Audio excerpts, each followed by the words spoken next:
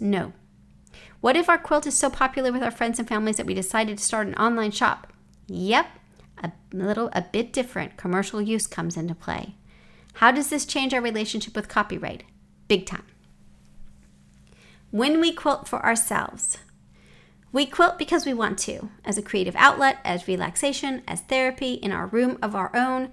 It's our time. Question: should we care about copyright as we create works in the middle of the night, on weekends, as our kids nap, in the RV, as we explore in our retirement in the US, or all day long if we've turned our hobby into our profession?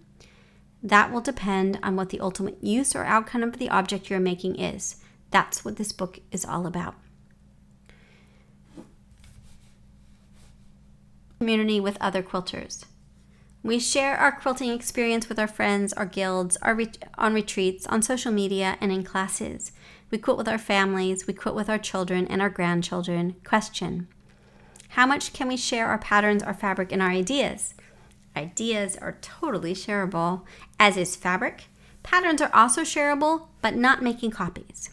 We'll explore that more. What are the customs of our quilting world, and how do they intersect with copyright law? We will also be exploring this more, and our relationship of creativity and community with law. The answer to these questions help us to understand your subject position, your worries, your concerns when it comes to copyright and other laws surrounding quilting. We'll be exploring that more throughout the book. The answers to these questions always depend on a number of factors, but make no mistake, the variation in the answers does not mean that answers are not knowable. Copyright is a system. We're just going to learn that system and understand it in the end, In the end, you should be able to answer these questions for yourself. All right, last bit. A note about communities and best practices. Beginning in 2005, the Center for Social Media and Social Impact at American University in Washington, D.C. embarked on a best practices project. Patricia Afderheide and Peter Yazzie embarked on this project. At the time, documentary filmmakers were having a problem.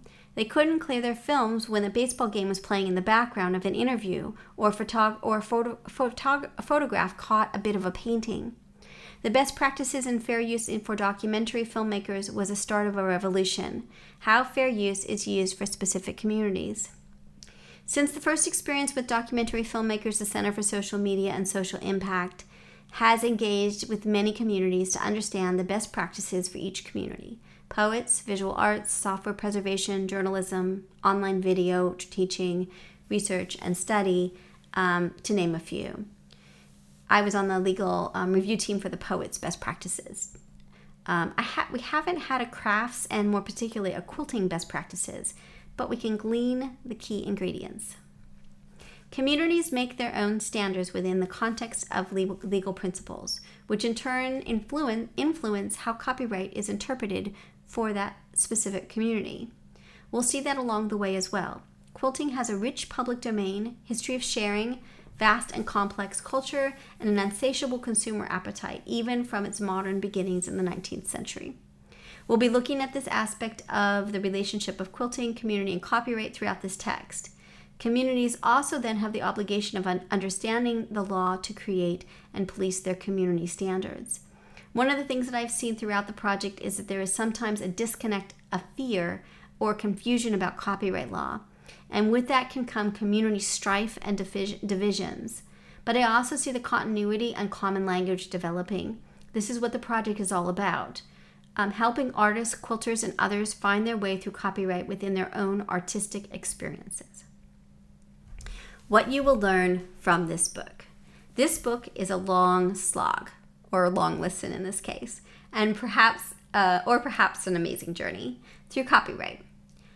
But I hope you will come out with the following. You will have a strong understanding of copyright, when it matters, and how to tackle various issues and scenarios when they arise. You will know the basics of copyright and how it interacts with your own creative process. You will learn how to protect your copyrighted works and alternatively how to make them more accessible for others to build and use your works. You will have a toolbox for understanding copyright infringement, both if you find yourself being accused of it or if someone else infringes your work. You will be able to address various issues, including non-commercial and commercial uses. You will be able to help educate others in understanding the relationship of the law to the creative process and selling creative works in the marketplace. Learn from the book. Learn from the audio podcast. Share the book. Yes. Lend it to a friend, teacher guild, post on Facebook groups about what you're learning. So usually this would be, to pause. So you're going to get a digital copy. Digital copies are a little bit more confusing. If you have the paper copy, you can just hand it to your friend. Digital copies are a little more complicated. We'll talk more about that. How do I feel about you sharing the digital copy? On the fence, as a copyright person. As a disseminate the world, great. As a copyright hat, I kind of prefer if everybody would buy their own version, but I know that that's probably not going to happen. So we'll talk more about that and Creative Commons license shortly. So knowledge is power, and try to be a good citizen. Understand that your actions matter, that you're part of a creative community that is historical, personal, and commercial. Understand that the copyright law may be complicated too, but leads to amazing results.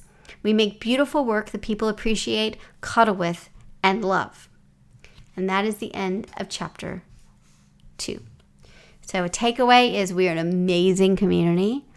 This book was made out of love for that community and giving back to that community. These recordings are available for free. If you want the book, again, visit Just Want a Quilt, and I've made the digital copy. I've put it on sale, so it's instead of $50 for the digital copy, it's $25. That work, that copy allows us to do more things. So I appreciate, and also it's nice. It's nice to get paid for your work.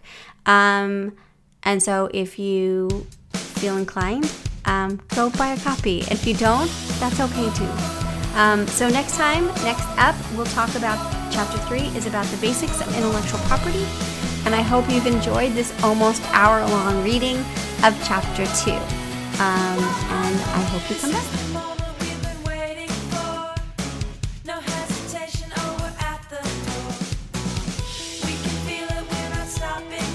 You've been listening to a research podcast by Elizabeth Townsend Gard. We've been reading the book Just Want to Create, Copyright and Fair Use Strategies by Elizabeth Townsend Gard. I'm a law professor at Tulane University Law School. And that's it. We'll see you shortly.